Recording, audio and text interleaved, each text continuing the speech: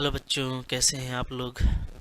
तो चलिए आज हम लोग 10 मोस्ट इम्पॉर्टेंट एमसीक्यूज देखेंगे रिलेशन और फंक्शन से रिलेटेड। ओके, तो रिलेशन फंक्शन आपने पढ़ा हुआ है, पूरा कॉन्सेप्ट आप अच्छे से पढ़े हुए हो, तो अब आपके लिए जस्ट ये प्रैक्टिस सेशन है। ठीक है, तो मैं आपको बोलूँगा कि आप वीडियो पॉज करके पहले खुद से ट्राई करना।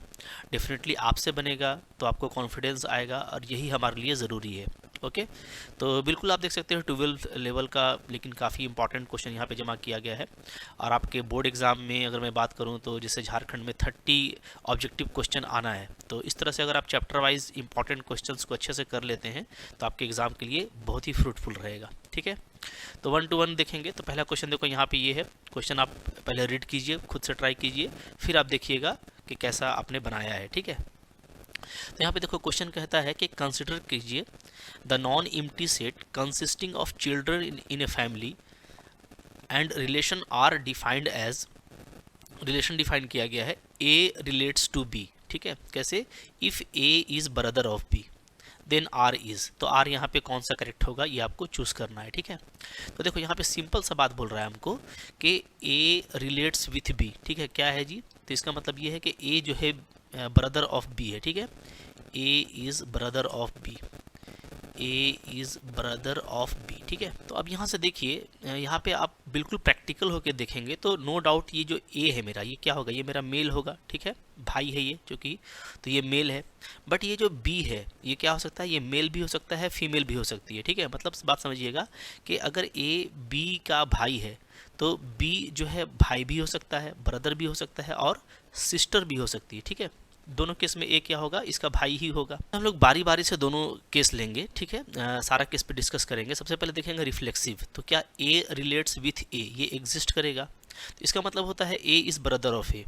तो ए कोई भी देखिए, कोई भी पर्सन है वो खुद का भाई नहीं होता है, वो इटसेल्फ है। ठीक है, तो ए आर ए ये आपका होल्ड नहीं करेगा। ठीक है, नॉट होल्ड, तो ये अगर होल्ड नहीं कर रहा है A R A, that means क्या है, ये आपका रिफ्लेक्सिव नहीं है। Okay, R is not reflexive, not reflexive. ठीक है, एकदम प्रैक्टिकल होकर के सोचना है। फिर है क्या कि ए आर बी तो है। ओके, क्या बी आर ए होगा, अगर बी आर ए होगा तब ये रिलेशन साइमेट्रिक हो जाएगा। बट देखिए इसका मतलब ये होगा क्या कि B is brother of, B is brother of A, तो क्या ये एग्जिस्ट करेगा, तो ये एग्जिस्ट इसलिए नहीं करेगा कि मैंने आपको बताया कि बी अगर सिस्टर होगी, ठीक है, तो उस केस में सिस्टर जो है अपने भाई का, तो भाई की बहन है, भाई तो नहीं है। ठीक है, तो उस केस में सिस्टर क्या है, ब्रदर नहीं हो पाएगी। तो यहाँ पे आर आपका साइमेट्रिक भी नहीं है। बात समझ में आ रही है, आर इज नॉट साइमेट्रिक। ठीक है, तो बिल्कुल जो है प्रैक्टिकल होकर के देखना है कि ए बी का भाई है। ओके, तो यहाँ से बी फीमेल भी हो सकती है, यानी सिस्टर भी हो सकती है, तो इसलिए बी ए का फिर भाई वाला स्टेटमेंट ऑलवेज करेक्ट नहीं होगा। सो ये साइमेट्रिक नहीं होगा। ठीक है, ए खुद का भाई नहीं होगा तो ये रिफ्लेक्सिव नहीं होगा। अब आप ट्रांजिटिव वाला देख लेते हैं। ठीक है, तो यहाँ से देखो ए आर बी अगर एग्जिस्ट करता है, ध्यान दीजिएगा, if A relates with B and B relates with C. ठीक है, अब ध्यान दीजिएगा। हाँ, यहाँ पे बोल रहा है कि ए बी का भाई है और बी सी का भाई है। ठीक है, तो क्या यहाँ से ए आर सी होगा, यानी ए रिलेट्स विथ सी होगा, तो बिल्कुल होगा। ठीक है, अगर हम ये ले लें, ध्यान दीजिएगा ना, यहाँ पे क्या बोल रहा है, बी सी का भाई है, यानी बी क्या है, मेल है। ओके, तो यहाँ पे बी मेल है हुआ, तो ए भी मेल हुआ। ठीक है, तो एक भाई हुआ, ये दो भाई हो गए। ठीक है, एक भाई का दूसरा भाई, फिर ये दूसरा भाई, मान लो सी को अगर हम फीमेल भी ले लें, ठीक है, बहन भी ले लें, तो उस केस में भी अगर सी मेरा फीमेल है तो ए तो मेरा मेल ही है। ठीक है, तो ए जो है क्या है, वो सी का भाई है। ओके, इस केस में भी, और अगर सी खुद मेल ही है, मतलब सी भी कोई तीसरा भाई है, तो उस केस में भी भाई का वो भाई ही रहेगा। तो ए आर सी क्या कर रहा है, एग्जिस्ट कर रहा है। ठीक है, ओके, तो यहाँ पे नो डाउट ये जो रिलेशन है ये क्या होगा आपका, ये ट्रांजिटिव होगा। तो बहुत ही प्रैक्टिकल होकर के सोचना है। ठीक है, मुश्किल क्वेश्चन नहीं है, और इस तरह का क्वेश्चन आता है तो आप काफ़ी अच्छे से बना पाओगे। ठीक है, तो यहाँ पे जो करेक्ट ऑप्शन है वो ये है कि ये आपका ट्रांजिटिव है but not symmetric. Okay, symmetric तो है नहीं, पहला ऑप्शन रॉन्ग हो गया। साइमेट्रिक और ट्रांजिटिव, ट्रांजिटिव तो ये है तो ये भी रॉन्ग हो गया, साइमेट्रिक नहीं है तो ये भी आपका रॉन्ग हुआ। ठीक है, तो ओनली यहाँ पे ऑप्शन नंबर बी करेक्ट है।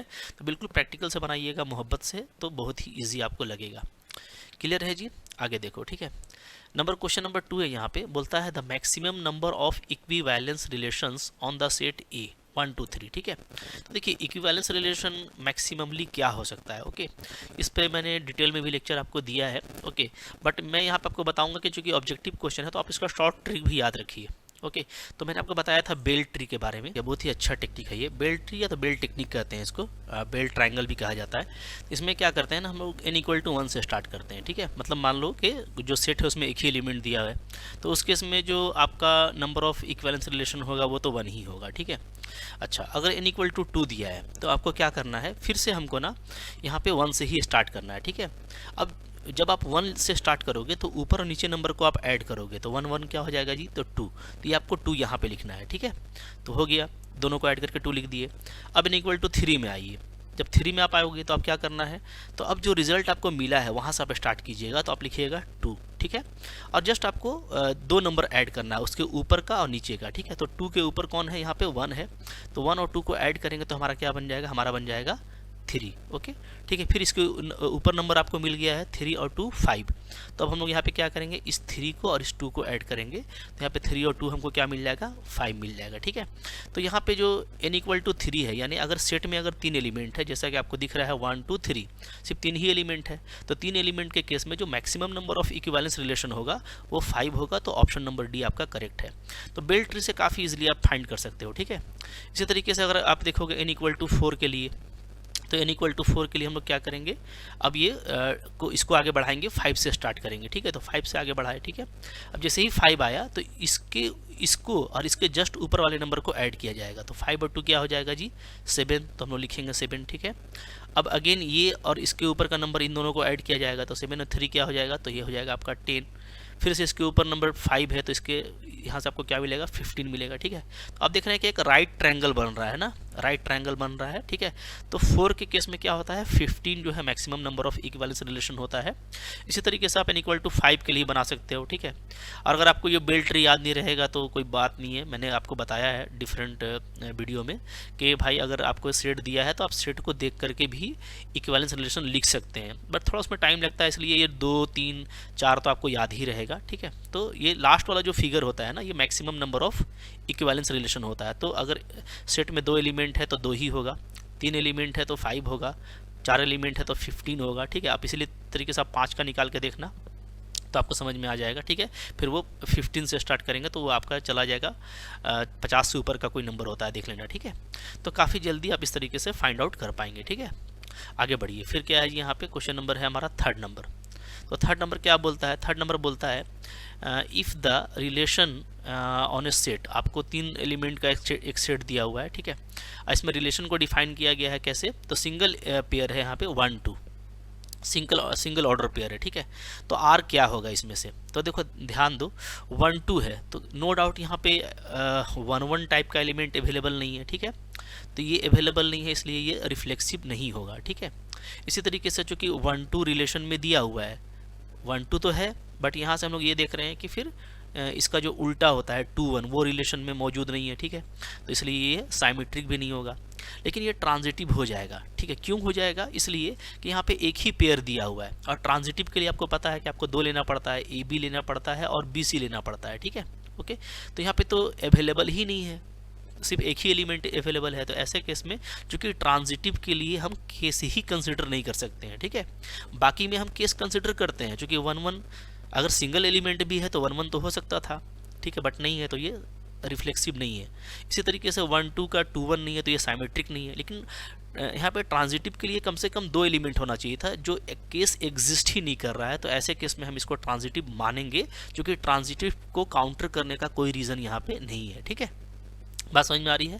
तो ये एक इंपॉर्टेंट क्वेश्चन याद रखिएगा, इस तरह से अगर आपको सिंगल एलिमेंट देता है तो आप ध्यान दीजिएगा, ठीक है। इस तरह का एलिमेंट में ये ट्रांजिटिव हो जाएगा, ठीक है। चलो आगे देखो, फिर क्या है, क्वेश्चन नंबर 4 है यहाँ पे। 4 क्या बोलता है जी, बोलता है let us define, relation define किया गया है आर इन आर, ठीक है। कैसे, A relates with B if A is greater than equal to B, then क्या होगा। तो देखो क्या है यहाँ पे जो ए रिलेट्स विथ बी है उसका मतलब क्या है कि ए इज ग्रेटर देन और इक्वल टू बी। तो यहाँ पे देखो, यहाँ पे 2 रिलेशन होता है, ठीक है। यहाँ पे 2 रिलेशन होता है, ग्रेटर देन और इक्वल टू, ठीक है। मतलब दोनों में से कोई एक भी होल्ड करेगा तो काम हो जाएगा। तो अब मैं अगर बात करूँ तो नो डाउट ए जो है वो खुद के इक्वल होता है, कोई भी एलिमेंट खुद के इक्वल होता है, ठीक है। तो इसका मतलब है कि यहाँ पे ए क्या हो रहा है, एग्जिस्ट कर रहा है। चूंकि दो रिलेशन है, इक्वालिटी या तो ग्रेटर देन, तो यहाँ पे इक्वालिटी एग्जिस्ट कर रहा है, ठीक है, तो यानी रिलेशन होल्ड कर रहा है। सो आर आपका क्या है, आर मेरा यहाँ पे क्या है जी, रिफ्लेक्सिव है, ठीक है, बिल्कुल मोहब्बत से। ओके, इसी तरीके से आप यहाँ पे ये देखो कि ए आर बी तो है, ठीक है, यानी कि इससे ये पता चल रहा है कि ए मेरा greater than equal to B है। लेकिन क्या मैं यहाँ से ये लिख सकता हूँ कि बी भी ग्रेटर देन इक्वल टू ए होगा? तो बिल्कुल नहीं लिख सकता, ठीक है, जाहिर सी बात है भाई। देखिए 2 क्या है, 3 से बड़ा है, तो इसका मतलब ये थोड़ी हुआ कि 3 भी 2 से बड़ा होगा, ऐसा तो कुछ नहीं है, ठीक है। तो ग्रेटर देन वाले केस में जरूर ये फिर ये जो है अगर ग्रेटर देन लेते हैं तो फिर ये पॉसिबल नहीं है, ठीक है। तो इस केस में आर आपका क्या हो गया, नॉट साइमेट्रिक हो गया, ठीक है, ये आपको ध्यान देना। ओके, अच्छा अब देखो मान लो ए आर बी है, ठीक है, और क्या है जी, और बी आर सी है, ये हमको एग्जिस्ट कर रहा है, ठीक है, यानी क्या, यानी ए आपका बी से बड़ा है, ठीक है, और साथ ही साथ बी आपका सी से बड़ा है। तो नो डाउट इस केस में क्या होगा, ए मेरा सी से बड़ा होगा ही होगा, पक्की बात है, ठीक है, यानी ए रिलेट्स विथ सी कन्फर्म है, यानी आर आपका क्या हो जाएगा जी, ट्रांजिटिव तो हो ही जाएगा, ठीक है। तो इस तरीके से देखो, बिल्कुल मोहब्बत से आप सोच सकते हो। कोई भी आप दो देखोगे, जैसे मान लो 2 मेरा 3 से बड़ा है, ठीक है, और मेरा क्या है 3 जो है 4 से बड़ा है, तो नो डाउट 2 4 से बड़ा ही होगा। नेगेटिव नंबर भी देखिएगा तो होल्ड करेगा, कोई भी रियल नंबर के लिए होल्ड करेगा, ठीक है। तो भाई ये जो रिलेशन है ये क्या है, ये आपका साइमेट्रिक नहीं है, ठीक है, तो इक्विवेलेंस तो नहीं होगा। हाँ, रिफ्लेक्सिव है, ट्रांजिटिव है, बट साइमेट्रिक नहीं है, तो ये ऑप्शन आपका यहाँ पे करेक्ट हो गया, ठीक है, क्लियर। चलो, तो काफ़ी इजीली इस तरह का क्वेश्चन बनता है, और भाई आपने काफ़ी अच्छे से पढ़ा हुआ है। और अगर आपके कॉन्सेप्ट में कुछ चूक है तो मैं फिर से बोलूँगा कि अगर आपके पास में टाइम है, क्योंकि बोर्ड एग्जाम वालों के पास में तो टाइम नहीं है, तो आप थोड़ा रिवीजन अच्छे से कर लो। लेकिन जिनके पास में टाइम है ना, वो कॉन्सेप्ट पढ़िए, ठीक है, पूरा NCERT मैंने पढ़ाया है, और NCERT में सब कुछ रहता है, ठीक है। अगर आप 1 to 1 थोड़ा टाइम देते हैं अपने लाइफ को, तो इस तरह का क्वेश्चन, किसी भी तरह का क्वेश्चन आएगा, reflexive, symmetric, transitive, equivalence relation वगैरह, तो आप बहुत ही बिंदास बना पाएंगे, ठीक है। तो बिल्कुल ईमानदारी से तैयारी करना है, हड़बड़ाना नहीं है। एक बार ईमानदारी से टाइम देने वाला लाइफ में कभी धोखा नहीं खाता, ठीक है। चलो आगे बढ़ो, फिर क्या है जी, क्वेश्चन नंबर 5 है यहाँ पे। 5 क्या बोलता है, 5 बोलता है कि ए जो है एक सेट है जिसमें के 3 एलिमेंट है, 1 2 3, कंसिडर किया हुआ है एक रिलेशन जो आपके साफ साफ आपको दिख रहा है, तो इसमें से कौन सा ऑप्शन करेक्ट होगा। तो इस तरह का तो एक क्वेश्चन आ ही जाता है भाई बोर्ड एग्जाम में, बिल्कुल लॉलीपॉप है, ठीक है, कंपटीशन में भी आता है, तो बहुत जल्दी आप बना लेते हैं। तो यहाँ पे देखिए 1 1 दिख रहा है मेरे को, 2 2 दिख रहा है, 3 3 दिख रहा है, ठीक है। तो फॉर ऑल एलिमेंट यहाँ पे रिफ्लेक्सिव प्रॉपर्टी तो नज़र आ रहा है। 1 2 का 2 1 नहीं है, यानी कि ये साइमेट्रिक नहीं है, ठीक है। 1 2 2 3 से यहाँ पे 1 3 आ गया है, यानी ये आपका ट्रांजिटिव है, ठीक है। तो यहाँ पे हम लोग जैसा देख रहे हैं मोहब्बत से, वो ये कि भाई रिफ्लेक्सिव है, ठीक है, ट्रांजिटिव भी है, ओके, लेकिन ये साइमेट्रिक नहीं है। तो देख लीजिए, रिफ्लेक्सिव बट नॉट साइमेट्रिक, ये ऑप्शन तो करेक्ट है बिल्कुल। रिफ्लेक्सिव बट नॉट ट्रांजिटिव, ये तो नहीं है, चूंकि ट्रांजिटिव भी है, ठीक है। साइमेट्रिक तो है नहीं, नाइदर साइमेट्रिक, तो साइमेट्रिक नहीं है, ट्रांजिटिव तो है, ठीक है। तो ये तीनों ऑप्शन गलत है, तो ऑप्शन नंबर ए यहाँ पे बिल्कुल करेक्ट है कि भाई ये रिफ्लेक्सिव है लेकिन साइमेट्रिक नहीं है, ठीक है। तो लॉलीपॉप क्वेश्चन है, बिल्कुल मोहब्बत से आपसे बन जाएगा। आगे बढ़िए, फिर देखिए क्या है, क्वेश्चन नंबर 6 है यहाँ पे। 6 क्या बोलता है, बोलता है if the set A contains 5 elements and B contains 6 elements, the number of 1 1 and onto mapping, ठीक है, 1 1 एंड ऑन टू, ध्यान दीजिएगा यहाँ पे एंड लगा हुआ है, ठीक है। तो 1 1 एंड ऑन टू का मतलब है कि आपको यहाँ पे पूछ रहा है कि कितना बाइजेक्टिव फंक्शन होगा, ठीक है। आपको पता है कि हम लोग क्या बोलते हैं, बाइजेक्टिव फंक्शन बोलते हैं ना, किसको, जो 1 1 भी हो, ठीक है, और साथ में क्या हो, साथ में ऑन टू भी हो, तो उसको बाइजेक्टिव बोला जाता है। तो देखिए यहाँ पे डेफिनेटली आप देखोगे, अगर मैं मैपिंग की बात करूँ, ठीक है, मैं तो इसे 2 मैपिंग ले लेता हूँ। मान लो मैंने एक ए मैपिंग ले लिया और एक मैं और ले लेता हूँ मैपिंग इसी तरीके से, ठीक है, मैंने ये दोनों ले लिया। तो अब देखो, मान लो ये मेरा ए है, ये मेरा बी है, ठीक है। ए में जो है आपको 5 एलिमेंट है, 1 2 3 4 5, ठीक है जी। बी में मेरे पास में 6 एलिमेंट है, 1 2 3 4 5 6, ऐसा, ठीक है। तो अब भाई ये क्या 1 1 कभी हो सकता है, कभी नहीं होगा, इसलिए कि 1 1 होने के लिए 1 1 करस्पॉन्ड होना जरूरी है। अब मान लो ये यहाँ चला गया, ठीक है, मोहब्बत से, ये भैया यहाँ चला आया मोहब्बत से, ठीक है, ये यहाँ चला आया बिल्कुल मोहब्बत से, ये भाई यहाँ चला गया मोहब्बत से, ये यहाँ चला गया मोहब्बत से, ठीक है। तो 1 1 हो गया, तो बेचारा ये कहाँ जाएगा, तो बेचारा ये रह गया, ठीक है, ये रह गया, यानी कि 1 1 तो ये हो सकता है। अगर हम लोग 1-1 मैपिंग बनाए तो ये हो सकता है, लेकिन ऑन टू कैसे बनेगा, ठीक है। अब इसका तो कोई प्री इमेज ही नहीं है, और यहाँ पे एंड लगा हुआ है कि ऑन टू भी होना चाहिए, ठीक है। तो नो डाउट यहाँ पे ये ऑन टू नहीं होगा, चूंकि एक एलिमेंट बच जा रहा है। तो याद रखिएगा 1-1 ऑन टू होने के लिए 1-1 भी हो ऑन टू भी हो, इसके लिए ज़रूरी है कि दोनों तरफ जो नंबर ऑफ एलिमेंट है वो बराबर हो, ठीक है। तो याद रखिएगा कि आपको अगर कहीं पे भी पूछता है नंबर ऑफ बाइजेक्टिव फंक्शन, यानी 1-1 ऑन टू फंक्शन अगर आपको पूछता है कि 1-1 भी हो ऑन टू भी हो, ठीक है। अब मान लो इधर आपका m एलिमेंट है, इधर आपका n एलिमेंट है, तो याद रखिएगा m और n अगर बराबर हुआ, ठीक है, m और n अगर बराबर हुआ तो उस केस में यहाँ पे आपको नंबर ऑफ बाइजेक्टिव फंक्शन मिल जाएगा, ठीक है। वो कितना मिलेगा, तो वो मिलेगा फैक्टोरियल n, ठीक है। मतलब number of 1-1 onto function या बोलो बाइजेक्टिव फंक्शन कितना होगा, फैक्टोरियल n होगा। कब होगा, अगर m और n दोनों बराबर हो जाए, ठीक है। और अगर ऐसा हुआ कि m और n बराबर नहीं है तो उस केस में आपको कोई भी बाइजेक्टिव फंक्शन यानी 1-1 ऑन टू फंक्शन नहीं मिलेगा। सो करेक्ट ऑप्शन क्या है यहाँ पे, 0। चूँकि यहाँ पे 5 है, यहाँ पे 6 है, अलग अलग है, डिफरेंट है, तो यहाँ पे बिल्कुल मोहब्बत से देखते हुए आप इसको बना सकते हो, ठीक है। आगे बढ़िए, फिर देखिए जी यहाँ पे क्या है, क्वेश्चन नंबर 7 है। 7 क्या बोलता है, 7 हमको बोलता है which of the following function are bijections, ठीक है। देखो ध्यान दोगे, इंटीजर से इंटीजर दिया है, इंटीजर से इंटीजर, और बोलता है बाइजेक्शन होना चाहिए, यानी कि दोनों प्रॉपर्टी होना चाहिए, 1-1 भी होना चाहिए और प्लस आपका ऑन टू भी होना चाहिए, ठीक है, ओके।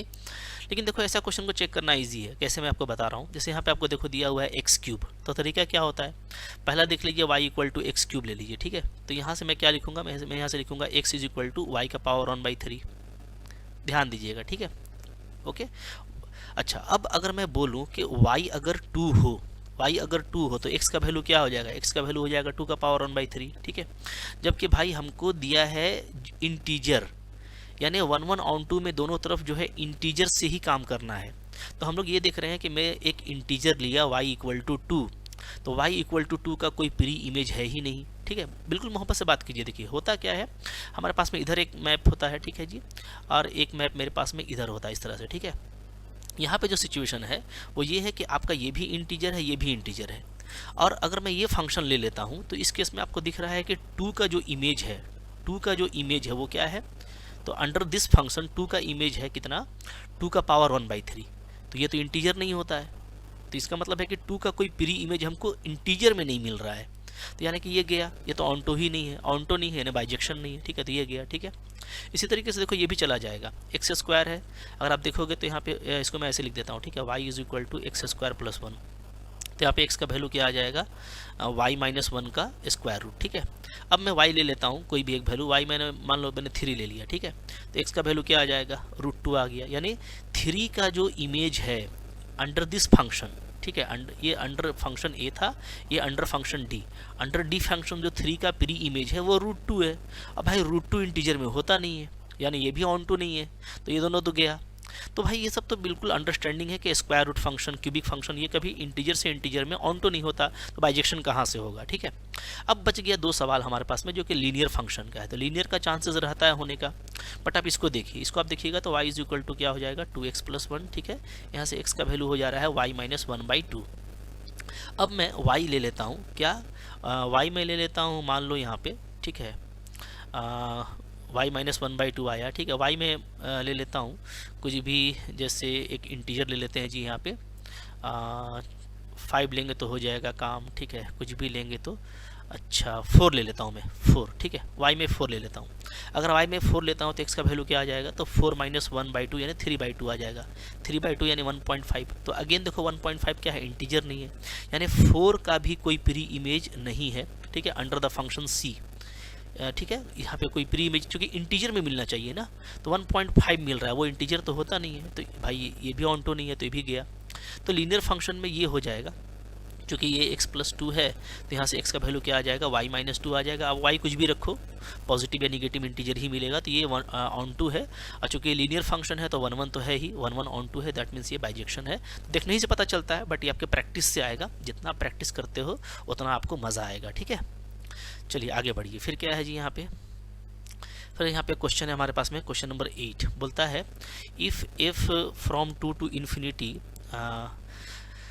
और अच्छा यहाँ पे ये आपको दिया हुआ है, देखो डोमेन 2 से इन्फिनिटी है, और आपका जो को डोमेन है वो रियल नंबर है, ठीक है, और डिफाइन किया गया है ऐसे। तो बोलता है कि यहाँ पे रेंज क्या होगा, then the range of F is, ठीक है। तो ऐसे केस में देखो रेंज कैसे निकालते हैं, सब आप लोगों ने पढ़ा हुआ है, मोहब्बत से आप इसको ऐसे ले लीजिए, y is equal to x square minus 4x plus 5, ठीक है। तो यहाँ से आप एक्स स्क्वायर एक्स को निकालने की कोशिश कीजिए, तो एक्स स्क्वायर, अच्छा इसको थोड़ा सा टेक्निक से लगाते हैं, तो इसको हम लोग देखो ऐसे करेंगे ना, ज़्यादा मज़ा आएगा। मैं इसको लिख देता हूँ क्या, y is equal to x minus 2 का होल स्क्वायर प्लस 1, ठीक है जी, लिख सकते हैं बिल्कुल, ओपन करेंगे तो वही आएगा। अब यहाँ से देखो हो जा रहा है ये y minus 1 is equal to x minus 2 का होल स्क्वायर, और यहाँ से आपका x माइनस 2 का वैल्यू आ जा रहा है स्क्वायर रूट y माइनस 1, ठीक है। तो यहाँ से मैं x कह सकता हूँ क्या आ रहा है, रूट y माइनस 1 प्लस 2 आ रहा है, ठीक है। अब आप मत बोलिए कि किस तरह यहाँ पे आप मॉड क्यों नहीं लगाए, भाई देखो यहाँ पे चूंकि ना एक पॉजिटिव डोमेन दिया हुआ है, ठीक है। तो पॉजिटिव डोमेन दिया हुआ है, इसका मतलब है कि जो x का वैल्यू है वो पॉजिटिव ही होगा, 2 से बड़ा होगा, ठीक है, no doubt x is greater than equal to 2। तो इसलिए मैंने यहाँ पे डायरेक्टली ले लिया, कोई इशू नहीं है, ठीक है। चूँकि x 2 से बड़ा है तो मैंने प्लस माइनस नहीं लगाया, ठीक है, ध्यान दीजिएगा। तो ये आ गया। अब यहाँ पे देखो, यहाँ पे नो डाउट x का वैल्यू क्या है, दिख रहा है कि 2 प्लस समथिंग है, और ये स्क्वायर रूट फंक्शन है। स्क्वायर रूट फंक्शन क्या होता है, ऑलवेज पॉजिटिव होता है, तो ये तो एक 2 से बड़ा ही वैल्यू है, यानी ये डोमेन को सेटिस्फाई कर रहा है, ठीक है। तो अब यहाँ पे सिर्फ इसको डिफाइन करने के लिए हमको ये देखना पड़ेगा कि x मेरा प्रॉपरली इस डोमेन में तब आएगा जब क्या हो, जब y माइनस 1 क्या हो, ग्रेटर देन इक्वल टू 0 हो, ठीक है। मतलब ये डिफाइन होना चाहिए, यानी सिंपली क्या, y greater than equal to 1 होना चाहिए, यानी हमको जो रेंज मिलना है, ठीक है, जो y का जो हमको मिलेगा वैल्यू वो 1 से बड़ा होना चाहिए। सो 1 टू इन्फिनिटी, 1 पे क्लोज लगा देंगे और इन्फिनिटी पे ओपन, चूँकि इक्वल टू भी लगा हुआ है, ठीक है। तो 1 टू ओपन, यहाँ 1 टू इन्फिनिटी यहाँ पे रेंज होगा, this is the value of y, ठीक है, यानी वैल्यू ऑफ एफ को ही y माने थे आप लोग, ठीक है। तो इस तरह का क्वेश्चन आप लोगों ने बहुत सारा किया है, बट थोड़ा सा केयरफुल रहना है भाई, मुश्किल क्वेश्चन नहीं होता, थोड़ा ध्यान दोगे बिल्कुल बिंदास, आपको हर लेवल पर इस तरह का क्वेश्चन आता रहता है, बनेगा, ठीक है। आगे बढ़िए, फिर क्या है यहाँ पे देखो क्वेश्चन नंबर 9, क्वेश्चन नंबर 9 को देखिए। ओके, 9 क्या बोलता है G, if from real to real दे रखा है, ऐसे डिफाइन किया हुआ है आपको, ठीक है। इस तरह से मल्टी वैल्यूड फंक्शन है, अलग अलग डोमेन में अलग अलग फंक्शन का वैल्यू है। तो आपसे पूछता है यहाँ पे कि f माइनस 1, f2 और f4 का वैल्यू क्या होगा। तो ये तो काफ़ी सिंपल है, ठीक है, अगर हम निकालें तो f माइनस 1 कहाँ से लेंगे जी, देखो तो -1 किस में आएगा, तो 1 से smaller, when x is smaller than 1, तो इसी में आएगा, ठीक है। तो f माइनस 1 क्या हो जाएगा, 3 इंटू -1, सिंपली -3। f2 क्या आएगा देखो, तो 2 पे वैल्यू कहाँ से लेंगे हम लोग, तो 2 का वैल्यू लेने के लिए 1 से 3 के बीच में जाना पड़ेगा, ठीक है। तो 1 से 3 के बीच में ही 2 होता है, तो यहाँ पे 2 का स्क्वायर हो जाएगा, यानी आपका हो गया 4, ठीक है। और f4, तो 4 यानी कि 3 से ग्रेटर होगा, तो ऊपर वाला से लेंगे, तो यहाँ पे हो जाएगा आपका 2 इंटू 4 यानी 8, ओके। तो जोड़ दीजिए सबको, ठीक है, 8 4 12 और -3, तो यहाँ पे आपका 9 आ रहा है। सो करेक्ट ऑप्शन क्या हो जाएगा, दिस वन, ठीक है। सबका सम करना था, सिंपली कुछ करना नहीं है, तो बहुत लॉलीपॉप है, कई बार आप लोगों ने बनाया होगा, तो इस तरह का एग्जाम में आता है तो बोनस है, ठीक है, आपको छोड़ना नहीं है। आगे देखिए फिर क्या है यहाँ पे, क्वेश्चन नंबर 10 आपको बोलता है कि आपको एक फंक्शन दिया हुआ है, इसका डोमेन ये है और को डोमेन ये है, ठीक है, और डिफाइन किया हुआ है कि अगर x रेशनल है तो x होगा, x इरेशनल है तो आपका ये होगा, ठीक है। तो इस केस में f ऑफ x का वैल्यू क्या होगा, तो कॉम्पोजिशन का क्वेश्चन है, काफ़ी इजी होता है। कैसे करते हैं, जैसे f ऑफ x आपसे पूछ रहा है ना, f ऑफ x, तो ये आपका सिंपल ही हो जाएगा f ऑफ fx, ये हो जाएगा जी, ठीक है। अब यहाँ से देखो, यहाँ से दोनों बात अलग अलग देख सकते हैं आप लोग, ठीक है। यहाँ पे मैं लिख देता हूँ, बल्कि देखो अगर मैं x को लेता हूँ रेशनल, x इज़ रेशनल, अगर मैं x को लेता हूँ रेशनल, तो इस केस में क्या होगा जी, जो fx है वो आपको x मिलेगा, तो हम लोग यहाँ पे इसको लिखेंगे fx, अंदर में क्या डाल दिए, x डाल दिए, ठीक है। अब fx का वैल्यू रेशनल के लिए क्या है, तो अगेन x ही है, तो x आ गया, ठीक है। इसी तरीके से अगर मैं लेता हूँ x इज़ इरेशनल,